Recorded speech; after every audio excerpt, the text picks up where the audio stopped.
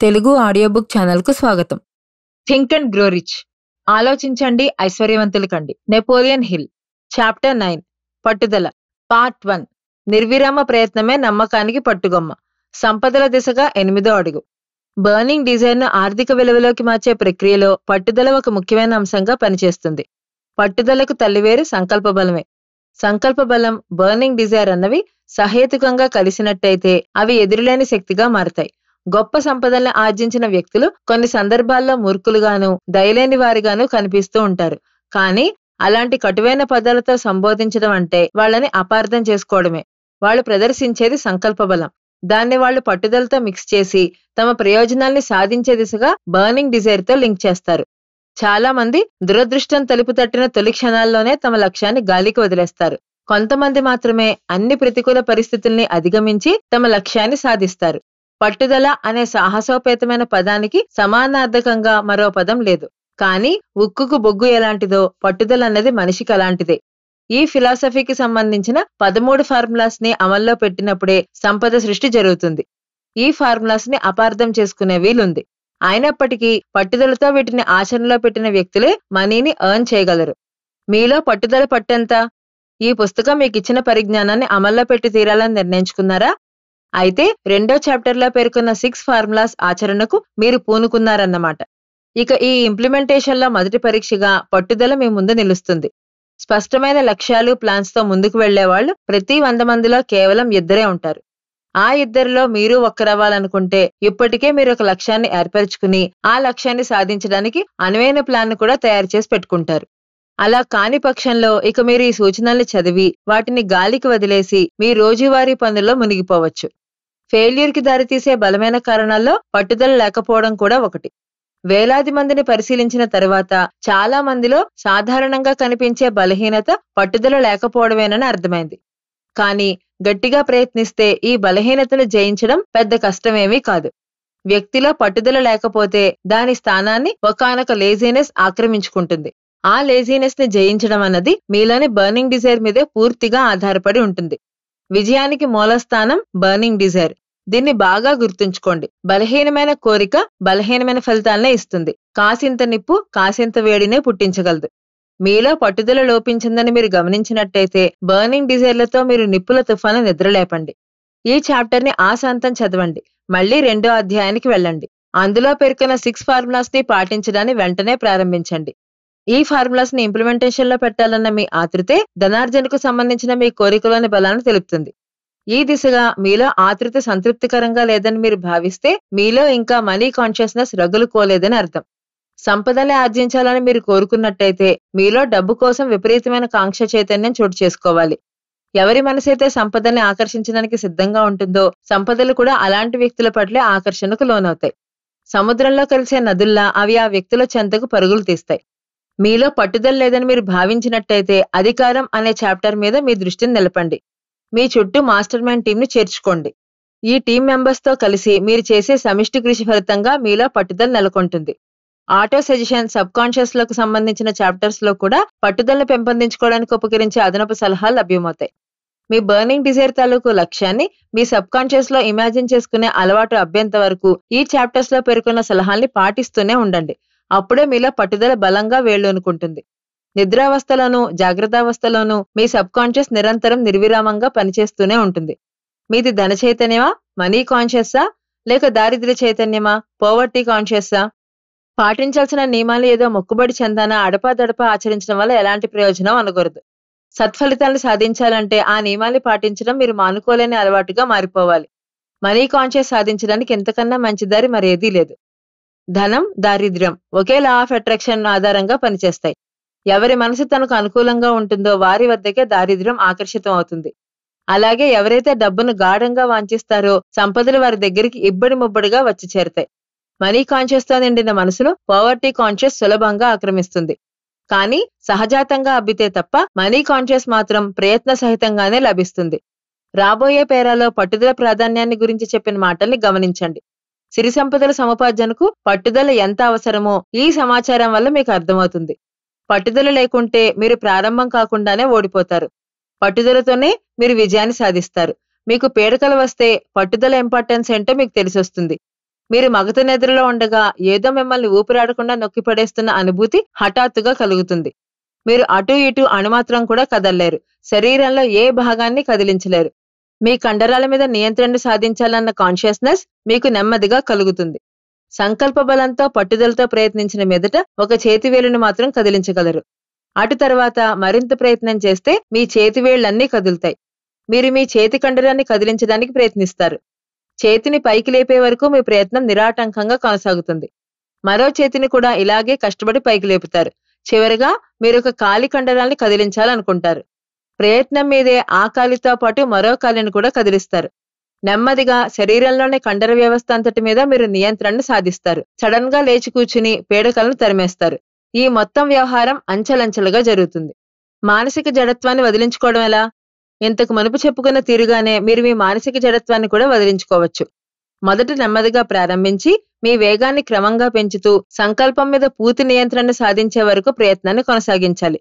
మీ పనితీరు ఎంత నెమ్మదిగానైనా ఉండనివ్వండి, కదలికల్ని మాత్రం ఆపొద్దు. పట్టుదలతో ప్రయత్నిస్తే విజయం మీదే. మాస్టర్ మైండ్ టీంని ఏర్పరచుకోవడంలో శ్రద్ధగా వ్యవహరిస్తే టీంలో కనీసం ఒక్క వ్యక్తి అయినా పట్టుదలను సాధించడంలో మీకు సహాయపడతాడు. కొంతమంది ఐశ్వర్యవంతులు ఈ పద్ధతిని అనుసరించారు. మరికొందరు పట్టుదలని ప్రదర్శించాల్సిన అవసరం ఏర్పడడం చేత దాన్ని సాధించారు. పరిస్థితులే పట్టుదలతో వ్యవహరించాల్సిన అవసరాలను వాళ్ళకు కల్పించాయి. అందుకే వాళ్ళు పట్టిన పట్టువీడని విక్రమార్కులయ్యారు. పట్టుదలను తమ స్వభావంలో భాగంగా మార్చుకున్న వాళ్ళు ఫెయిల్యూర్ బారిన పడకుండా రక్షణ పొందారు. ఎన్నిసార్లైనా ఓడిపోనివ్వండి, నిచ్చెనపై ఆఖరి మెట్టుని చేరేదాకా వాళ్ళు పట్టుదల వేడరు. పట్టుదలను తమ స్వభావంలో భాగంగా మార్చుకున్న వాళ్ళు ఫెయిల్యూర్ బారిన పడకుండా రక్షణ పొందారు. ఎన్నిసార్లైనా ఓడిపోనివ్వండి, నిచ్చెనపై ఆఖరి మెట్టుని చేరేదాకా వాళ్ళు పట్టువేడరు. అన్ని రకాల చేదు అనుభవాల ద్వారా మనుషుల సంకల్ప బలాన్ని పరీక్షించే నిగూఢ శక్తి ఏదైనా ఉందా అన్న అనుమానం కొన్నిసార్లు కలుగుతుంది.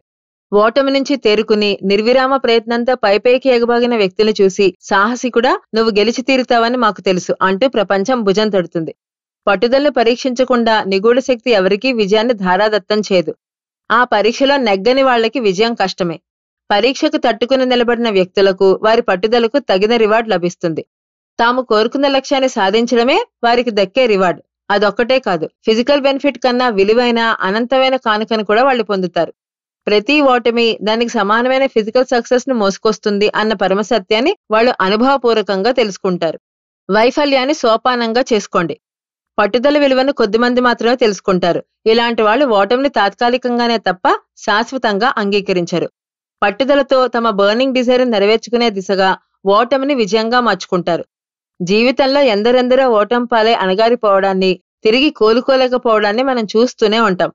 ఓటమి విధించే శిక్షని మరింత తీవ్ర ప్రయత్నానికి అవసరమైన వనరుగా కొద్దిమందే భావిస్తారు. వీళ్ళు జీవితంలో వెనుదిరిగి చూడడాన్ని ఇష్టపడరు. నిరుత్సాహపూరితమైన అనుభవాలకు ఎదురొడ్డి పోరాడే వాళ్ళని రక్షించే అజేయ శక్తి మాత్రం మనకు కనిపించదు. దాని ఉనికి గురించి మనకు ఎంత మాత్రం తెలీదు. ఈ శక్తినే పట్టుదల అనే పేరుతో పిలుస్తాం. పట్టుదల లేని వ్యక్తి జీవితంలో ఎన్నడూ విజయాన్ని చవిచూడలేడన్న నిజం మనకందరికీ తెలిసిందే. ఈ వాక్యాల్ని రాస్తూ నేను తలెత్తి చూస్తే కోతవేటు దూరంలో నాకు మిస్టీరియస్ ముంబై కనిపించింది. నగరంలోని ఈ ముంబై నిరాశలకు శ్మశానం వంటిది. అదే సమయంలో అవకాశాలకి తలవాకిలి వంటిది. ప్రపంచమంతటి నుంచి డబ్బును, కీర్తిని, అధికారాన్ని, ప్రేమను, మానవాళి కలలుగానే విజయాలన్నిటినీ ఆశిస్తూ ముంబైకి ఎందరెందరో వస్తూ ఉంటారు. ఈ కాంక్షాపరుల సమూహాన్ని నుంచి పక్కకి తొలగి అడపాదడపా ఎవరో ఒక వ్యక్తి కొత్త దారులను ఆవిష్కరిస్తాడు. మరో వ్యక్తి ముంబైని జయించాడని ప్రపంచానికి తెలుస్తుంది. ముంబైని గెలవడం అన్నది అంత త్వరితంగా సాధ్యపడే విషయం కాదు. అది తెలివితేటల్ని గౌరవిస్తుంది, మేధస్సును గుర్తిస్తుంది, ధనవర్షాన్ని కురిపిస్తుంది. కానీ ఇదంతా ఆ వ్యక్తి తన పోరాటాన్ని వదలకుండా కొనసాగించినప్పుడే జరుగుతుంది. అంతటి పోరాటం తర్వాత ముంబైని జయించిన అతని విజయ రహస్యం లోకానికి తెలుస్తుంది. ఆ రహస్యానికి ఒక్క పదంతో అవిభాజ్య అనుబంధం ఉంది. ఆ పదమే పట్టుదల. ఫ్యానీ హర్స్ట్ విజయగాథ కూడా ఆ రహస్యమే కారణం. తన రచనా పటిమను ఐశ్వర్యంలోకి అనువదించుకోవాలన్న లక్ష్యంతో ఆమె 1915లో న్యూయార్క్ నగరానికి వచ్చింది. ఆ లక్ష్యం అంత సులభంగా నెరవేరలేదు. న్యూయార్క్లోని ఫుట్పాత్ గురించి అనుభవపూర్వకంగా తెలుసుకోవడానికి ఆమె 4 ఏళ్లు శ్రమించింది. పగలంతా శ్రమించి రాత్రంతా లక్ష్యసిద్ధి కోసం ఎదురుతెన్నులు చూస్తూ గడిపింది. నిరాశ ముప్పిరిగా ఉన్నప్పుడు న్యూయార్క్ నువ్వే గెలిచావు అని ఆమె చెప్పలేదు.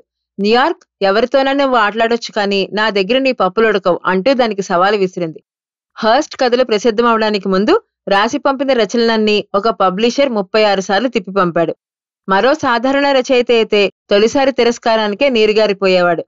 తన విజయానికి తలుపులు తీసే స్ఫూర్తి కోసం ఆమె 4 ఏళ్ల పాటు నగర వీధుల్ని శోధించింది. ఎందుకంటే ఆమె గెలవాలని నిశ్చయించుకుంది కాబట్టి. అటు తర్వాత దశ తిరిగింది. నిగూఢ శక్తి హర్స్ట్ ని పరీక్షించింది. ఆమె ఆ పరీక్షలో విజయం సాధించింది. ఎక్కడైతే పబ్లిషర్ ఆమెను తిరస్కరించారో అక్కడే వాళ్ళు ఆమె రచనల కోసం పడిగాపులు కాశారు. లెక్కబెట్టుకోవడానికి తీరుబాటు లేనంతగా డబ్బు కొల్లలుగా వచ్చి పడింది. క్లుప్తంగా చెప్పాలంటే విజయ సాధనలో పట్టుదల ఎంతటి ప్రధాన పాత్రని పోషిస్తుందో చెప్పడానికి ఇదొక తార్కాణం. సిరి సంపదల్ని ఆర్జించాలనుకున్న స్త్రీ పురుషులందరూ సంపద కన్నా ముందు పట్టుదలని సాధించాలి. ఇందుకు ఫానీ హర్స్ట్ కూడా మినహాయింపు కాదు. ముంబైలో ఒక బిచ్చగాడికి కూడా కప్పు కాఫీ, బ్రెడ్ ముక్క దొరుకుతుంది. కానీ సిరి సంపదల వేటలో మునిగిన వాళ్ల నుంచి మాత్రం ముంబై పట్టుదలను కోరుకుంటుంది. ఈ మాటల్ని కేట్ స్మిత్ వింటే తదాస్తు అంటుంది. ఎన్నో ఏళ్లపాటు మైక్రోఫోన్ పట్టుకునే అవకాశం కూడా దొరకకుండా, ఎలాంటి మూల్యము లేకుండా, డబ్బు లేకుండా ఆమె సంగీతాన్ని ఆలపించింది. రా, వచ్చి నీకు సాధ్యమైతే నువ్వు కోరుకున్న దాన్ని పట్టుకుపో అంటూ ఆమెను న్యూయార్క్ ఆహ్వానించింది. ఇది ఆహ్వానం మాత్రమే కాదు, సవాలు కూడా. న్యూయార్క్ పరీక్షకు కేట్ స్మిత్ నిలబడింది. ఆమెతో పోరాడి ఒక రోజున ఇదంతా ఎందుకు గాని, నువ్వెప్పుడు అలసిపోతావో తెలియకుండా ఉంది, నీ మూల్యమెంతో చెప్పు, నీ పని నువ్విక నిరాటంకంగా చేసుకో అంటూ న్యూయార్క్ చేతులెత్తేసింది. స్మిత్ తన విలువేంటో చెప్పింది. అది న్యూయార్క్ సమర్పించుకున్న అత్యంత భారీ మూల్యం. పట్టుదలని ఇలా అలవరుచుకోండి. పట్టుదల అన్నది ఒకానొక మానసిక స్థితి. దాన్ని అభ్యాసంతో సాధించొచ్చు. అన్ని మానసిక స్థితుల్లాగానే పట్టుదల కూడా కొన్ని ఖచ్చితమైన కారణాల మీద ఆధారపడి ఉంటుంది. అదేంటంటే, 1. డెఫినెట్నెస్ ఆఫ్ పర్పస్, స్పష్టమైన ప్రయోజనం. పట్టుదలను పెంపొందించుకోవడంలో మొదటిది, ప్రధానమైనది ఏంటంటే వ్యక్తి తనకేం కావాలో స్పష్టంగా తేల్చుకోవడం. బలమైన ఆకాంక్ష అన్ని కష్టాల్ని అధిగమించే శక్తినిస్తుంది. 2. బర్నింగ్ డిజైర్, ప్రగాఢ వాంఛ. కోరిక ప్రగాఢమైనదైతే పట్టుదలని సాధించడం, దాన్ని నిలుపుకోవడం అన్నది చాలా సులువవుతుంది. 3. సెల్ఫ్ రిలయన్స్, స్వావలంబన. వ్యక్తికి తన సామర్థ్యం మీద నమ్మకం, తన ప్లాన్స్ ని అమలు చేయగలనన్న విశ్వాసం ఉంటే కార్యసాధనను పట్టుదలతో కొనసాగించే మార్గం సుగమం అవుతుంది. 4. డెఫినెట్నెస్ ఆఫ్ ప్లాన్స్, ప్రణాళికల్లో ఖచ్చితత్వం. ఎంతటి అవాస్తవిక ధోరణితో కూడుకున్నవైనా, బలహీనమైనవైనా కూడా ఆర్గనైజ్డ్ ప్లాన్ పట్టుదలను పెంచుతాయి. 5. యాక్యురేట్ నాలెడ్జ్, నిర్దిష్ట పరిజ్ఞానం. అనుభవం, పరిశీలన మీద ఆధారపడి తయారు చేసిన ప్లాన్స్ పట్టుదలకు పట్టుగొమ్మలుగా ఉంటాయి. అనుభవపూర్వకంగా తెలుసుకోకుండా కేవలం ఊహల మీదే ఆధారపడడం అన్నది పట్టుదలకు గొడ్డలి పెట్టు. 6. కోఆపరేషన్, సహకారం. ఇతరుల పట్ల సానుభూతి, అవగాహన, సమన్వయంతో కూడిన సామరస్యమైన సహకారం పట్టుదలను పెంపొందించడంలో సహాయపడతాయి. 7. విల్ పవర్, సంకల్ప బలం. ఒక ఖచ్చితమైన ప్రయోజనాన్ని సాధించే దిశగా ప్లాన్స్ ని తయారు చేయడం మీదే తన శక్తియుక్తుల్ని కేంద్రీకరించే అలవాటు వ్యక్తిలో పట్టుదలను పెంచుతుంది. 8. హ్యాబిట్, అలవాటు. అలవాటుకు ప్రత్యక్ష రూపమే పట్టుదల. మనం అందించిన దాన్ని స్వీకరించి దాన్ని మన దైనందిన జీవితంలో భాగమయ్యేలా చేస్తుంది మెదడు. భయం అనే శత్రువును పారద్రోలాలంటే ధైర్యంతో కూడిన పనుల్ని పదే పదే చెయ్యాలి. యుద్ధరంగంలో పనిచేసే ప్రతి ఒక్కరికి ఇది అనుభవంలోకి వస్తుంది. మీ పట్టుదలను మీరే అంచనా వేయండి. పట్టుదల గురించిన ఈ చర్యను ముగించబోయే ముందు మిమ్మల్ని మీరు పరిశీలించుకోండి. మీలో లేని లక్షణం ఏంటో తెలుసుకోండి. పైన చెప్పుకున్న 8 లక్షణాల్లో మీలో ఏదైనా లోపించిందేమో తేల్చుకోండి. మిమ్మల్ని మీరే ధైర్యంగా అంచనా కట్టండి. మీ అనాలిసిస్ మీ గురించి మీకే తెలియని విషయాన్ని వెలికి తెస్తుంది. మీలో సెల్ఫ్ కంట్రోల్ను పెంచుతుంది. విజయానికి మీకు మధ్య అడ్డంకిగా నిలబడిన శత్రువుల్ని మీరు కనిపెట్టగలరు. బలహీనమైన పట్టుదల తాలూకు సంకేతాలు మీ సబ్కాన్షియస్ లో వాటి మూలాలు మీకు అనాలిసిస్ ద్వారా తెలిసొస్తాయి. మిమ్మల్ని మీరు తెలుసుకోవాలని గాఢంగా కోరుకున్నట్లయితే పైన పేర్కొన్న జాబితాని శ్రద్ధగా చదవండి. వాటికి సంబంధించిన విషయాలు మీలో ఏమాత్రం ఉన్నాయో ధైర్యంగా తెలుసుకోండి. మీరేం చేయగలరో, మీ సామర్థ్యం ఏపాటిదో ఖచ్చితంగా అంచనా కట్టండి. సంపదల్ని కోరుకునే వాళ్ళంతా తప్పనిసరిగా గెలిచి తీరాల్సిన బలహీనతలు ఏంటంటే, 1. తనకేం కావాలో ఖచ్చితంగా తెలుసుకోవడానికి భయపడ్డం. 2. అకారణంగానో సకారణంగానో తాత్సారానికి అవకాశం ఇవ్వడం. 3. స్పెషలైజ్డ్ నాలెడ్జ్ ని సముపార్జించడంలో ఆసక్తి లేకపోవడం. 4. సందిగ్ధం పరిస్థితులను ఎదుర్కోవడం కన్నా వాటిని నిందిస్తూ కాలాన్ని వెళ్లదీయడం. 5. సమస్యల పరిష్కారానికి ఖచ్చితమైన ప్లాన్స్ ను రూపొందించకుండా కుంటి సాకులతో జాప్యం చేయడం. 6. అసంతృప్తి, ఇదొక జాడ్యం లాంటిదే, దీనికి ఉపశమనం లేదు. 7. ఉదాసీన వైఖరి, వ్యతిరేకతల్ని పోరాడి ఎదుర్కోవడం కాకుండా వాటితో రాజీ పడే మనస్తత్వం. 8. ఇతరుల్ని నిందించడం, దురదృష్టకర పరిస్థితుల్ని అనివార్యమైనవిగా భావించి వాటితో రాజీ పడడం. 9. బలహీనమైన కోరిక.